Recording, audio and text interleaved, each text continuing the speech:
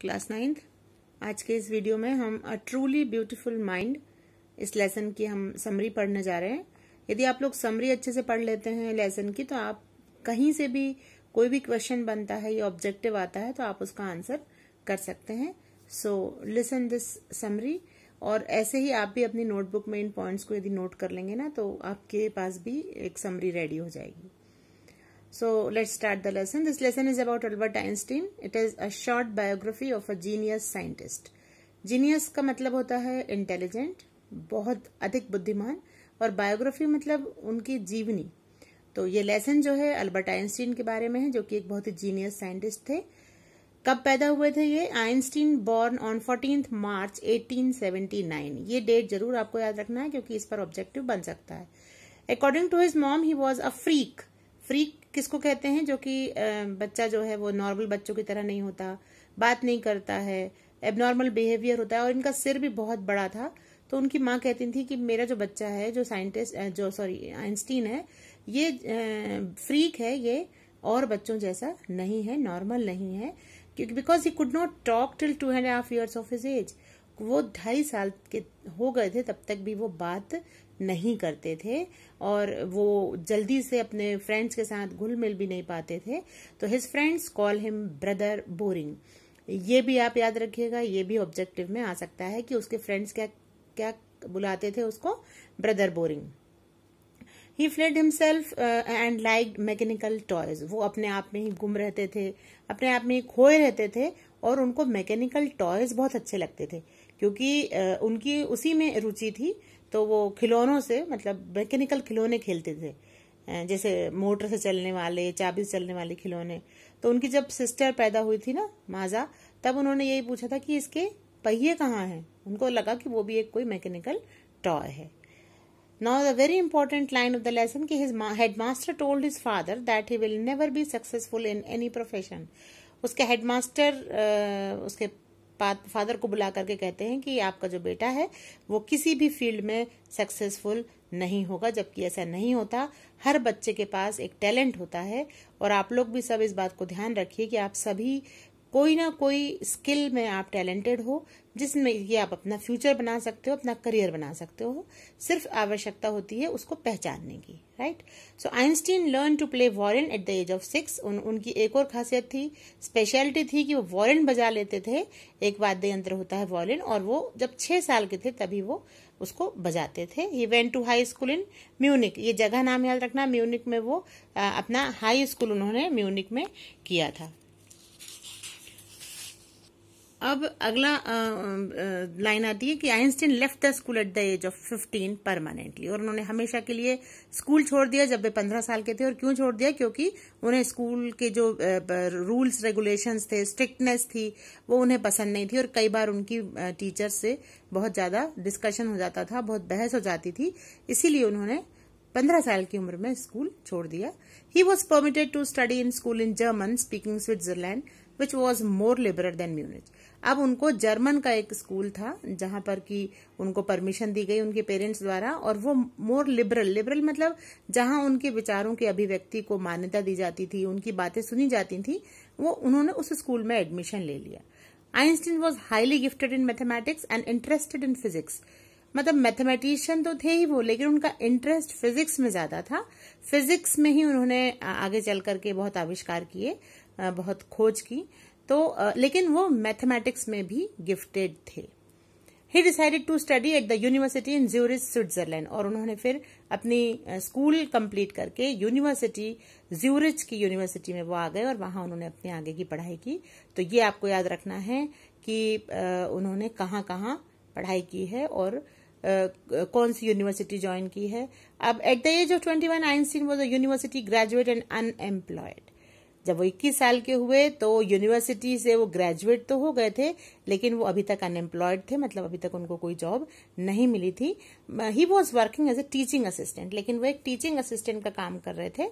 और लेकिन finally in 1902 he got job as technical expert in the patent office in burn.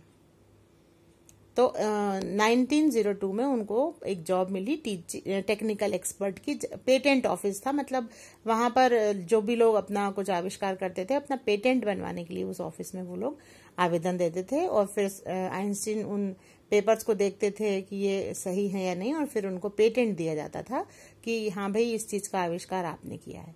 So but he was secretly making his own inventions too. लेकिन जितने भी महान लोग होते हैं वो अपने काम जारी रखते हैं, तो अपनी जॉब के साथ साथ वो सीक्रेटली, मतलब वो चुपके से वो अपने भी इन्वेंशंस कर रहे थे वहां पर।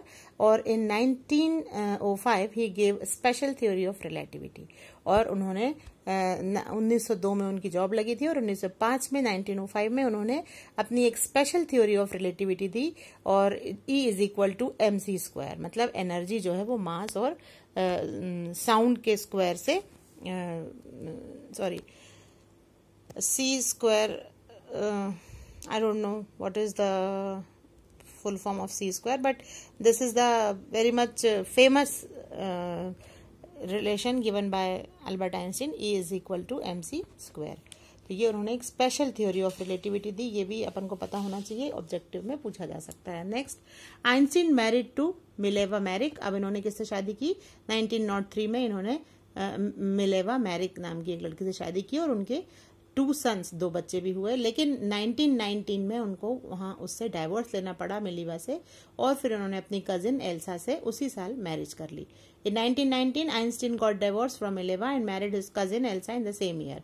1915 Einstein had published his general theory, एक तो उन्होंने स्पेशल थ्योरी ऑफ रिलेटिविटी दी, और 1915 में उन्होंने जनरल थ्योरी ऑफ रिलेटिविटी दी। 1921 में Einstein received the Nobel prize in physics. ये भी पता होना चाहिए आपको कि उन्हें नोबेल पुरस्कार कब मिला? फिजिक्स में मिला। He was honoured and was highly praised by the press, और उनका बहुत सम्मान हुआ, सभी लोगों ने उनकी बहुत तारीफ की, और उनको बहुत सराहा गया उनकी इस आविष्कार को। In 1933 when Germany came under the power of Nazis, Einstein shifted to the United States. और 1933 में जब जर्मनी में हिटलर आ गया, नाजीज का पावर बढ़ गया, तो आइंस्टीन जो थे वो यूनाइटेड स्टेट्स में आकर के शिफ्ट हो गए, क्योंकि वहां पर उनको सेफ नहीं लगता था।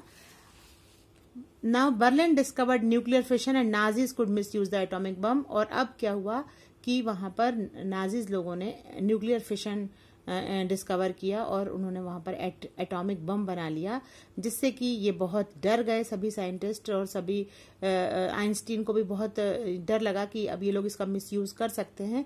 तो उन्होंने 2 अगस्त 1939 को Einstein wrote a letter to the president of America Franklin D Roosevelt to warn them that the atomic bomb developed by Germany was very powerful. उन्होंने लेटर लिखा 2 अगस्त 1939 को प्रेसिडेंट ऑफ अमेरिका को उन्होंने लेटर लिखा कि जो एटॉमिक बॉम्ब जर्मनी ने बनाया है वो बहुत ही ज्यादा पावरफुल है, और वो जहां भी गिरेगा वो आसपास के बहुत से जगहों को नुकसान पहुंचा सकता है, बहुत ज्यादा डिस्ट्रक्शन हो जाएगा, विनाश हो जाएगा। लेकिन इसका जो रिजल्ट निकला इस लेटर का वो कुछ दूसरा ही निकला। American developed the atomic bomb secretly and dropped it on 2 cities of Japan, Hiroshima Nagasaki 1945। America ने क्या किया कि उन्होंने भी एटॉमिक बॉम्ब को सीक्रेटली अपने यहाँ पर डेवलप कर लिया, और उसको 1945 में जापान की 2 सिटीज हिरोशिमा एंड नागासाकी पर गिरा दिया। और हम सब जानते हैं कि वहां कितना ज्यादा विनाश हुआ, और आज भी वहां पर उस विनाश के लक्षण दिखाई देते हैं। आइंस्टीन वॉज डीपली शेकन, और आइंस्टीन जो थे बहुत दुखी हुए, अंदर तक वो हिल गए, उन्हें बहुत ज्यादा दुख हुआ इस बात का कि इतना बड़ा नुकसान देश का हो गया। He wrote a missive. अब उन्होंने एक मिसिव क्या होता है? Long official letter. उन्होंने यूनाइटेड नेशंस को लिखा कि हम एक कॉमन गवर्नमेंट बना लेते हैं, और सभी सिटीज को, सभी कंट्रीज को हम आर्म्स और वेपन्स बनाने के लिए मना करते हैं, ऐसा कुछ करते हैं, लेकिन इसका भी कोई असर नहीं हुआ। तो फिर Einstein got involve in politics, और फिर उन्होंने पॉलिटिक्स में अपने आप को इन्वॉल्व किया, और उन्होंने सबसे विनती की इस बात की कि they stop the countries to develop involve in collecting arms and developing weapons. उन्होंने कहा सभी से कि भाई शांति से रहने के लिए, पीस से रहने के लिए हमको आर्म्स की और वेपन्स की आवश्यकता नहीं होती है, तो आप इस तरह के वेपन्स ना बनाएं।